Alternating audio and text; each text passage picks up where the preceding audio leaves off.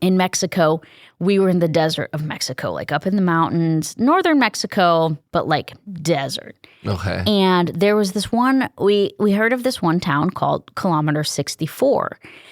And most towns there have names that like towns would have. It's like named after something or someone or whatever. But it was odd that this was like almost like a mile marker. It'd be like, mile marker 5 or whatever. Like, and so it was kind of a weird town name. We're like, okay, well, we find out that the reason it has that name is because the truck drivers driving along that highway knew that if they stopped at Kilometer 64, they could sleep with a prostitute. So this town was actually almost entirely women.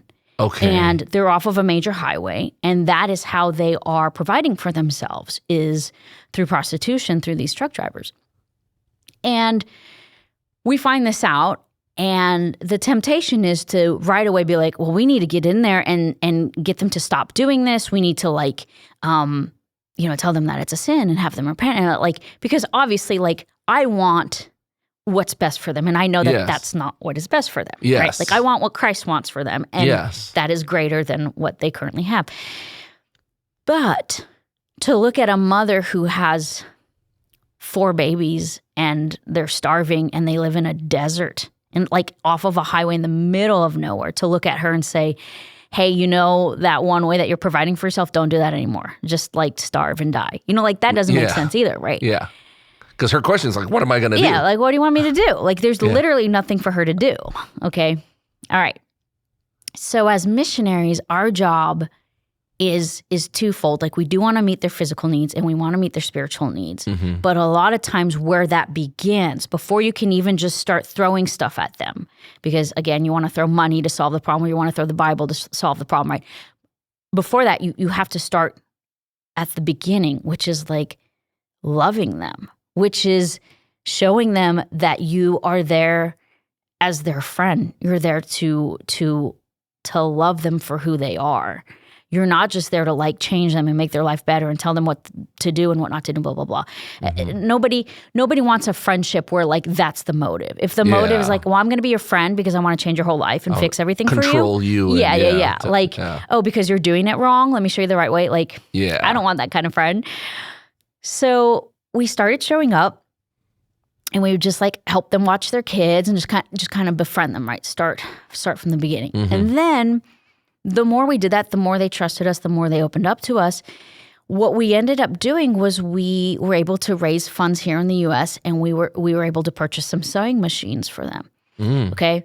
But even before the sewing machines, like we raised funds to get them like basic needs, like running water, electricity. So like kind of meet those basic needs. We started there and then we got them these sewing machines and then we started to teach them how to sew. We turned part of their chapel. They had this like little rundown chapel that was like just so rundown.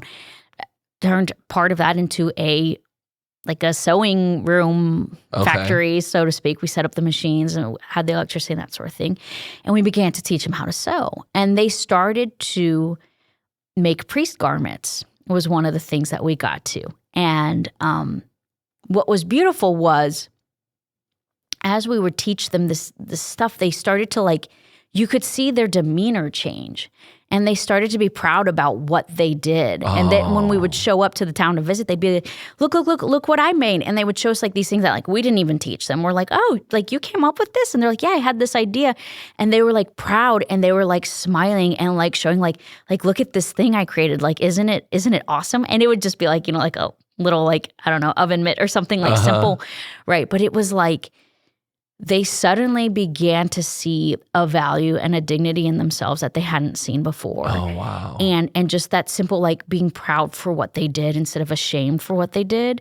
We could see the shift. And it wasn't very long before, every single one of them stopped prostituting. One, because they now had, we would bring the priest's garments back to the U.S. and we would sell them to then give them money.